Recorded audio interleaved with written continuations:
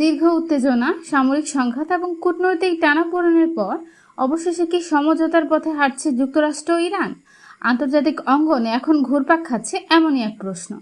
কূটনৈতিক সূত্রের বরাতে মার্কিন সংবাদ মাধ্যম সিএনএন জানিয়েছে, আগামী 14 জুন সুইজারল্যান্ডের জেনেভায় যুক্তরাষ্ট্র ও ইরানের মধ্যে একটি সম্ভাব্য সমঝোতা স্মারক স্বাক্ষরিত হতে পারে।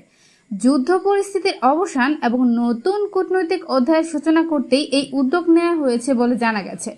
মার্কিন প্রেসিডেন্ট ডোনাল্ড ট্রাম্প ইতোমধ্যে ইঙ্গিত দিয়েছেন, ইরানের সঙ্গে চলমান সংকট নিরসনে একটি বড় ধরনের সমঝোতা প্রায় চূড়ান্ত পর্যায়ে এসেছে। তিনি জানিয়েছেন, ইউরোপে অনুষ্ঠিতব্য সম্ভাব্য ওই চুক্তি স্বাক্ষর অনুষ্ঠানে মার্কিন ভাইস প্রেসিডেন্ট জেডি ভ্যান্স অংশ নিতে পারেন। অন্যদিকে ইরান এখনও আনুষ্ঠানিকভাবে কোনো চূড়ান্ত সিদ্ধান্তের কথা জানায়নি, তবে কূটনৈতিক মহলে জোর গঞ্জন রয়েছে যে জেনেভাকেই সম্ভাব্য স্বাক্ষরস্থল হিসেবে সবচেয়ে বেশি গুরুত্ব দেওয়া হচ্ছে। বিকল্প হিসেবে বিবেচনায় রয়েছে অস্ট্রিয়ার রাজধানী ভিয়েনাও। সূত্রগুলো বলছে, প্রস্তাবিত এই সমঝোতার নাম হতে পারে ইসলামাবাদ ঘোষণা।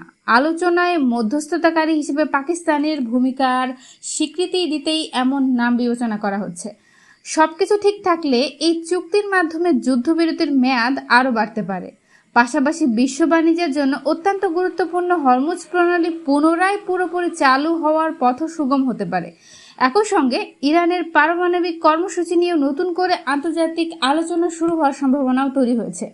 খসড়া চুক্তিতে ইরানের ওপর আরোপিত তেলের নিষেধাজ্ঞা শিথিল করা, বিদেশে আটকে থাকা সম্পদ ছাড় এবং মধ্যপ্রাচ্যের বিভিন্ন সংঘাতপূর্ণ অঞ্চলে উত্তেজনা কমানোর বিষয় অন্তর্ভুক্ত থাকতে পারে বলে জানা গেছে। বিশ্লেষকরা বলছেন, এই সমঝোতা বাস্তবায়িত হলে তা শুধু যুক্তরাষ্ট্র ও ইরানের সম্পর্ককেই নয়, বরং পুরো মধ্যপ্রাচ্যের ভূরাজনীতিতে একটি বড় পরিবর্তনের সূচনা করতে পারে।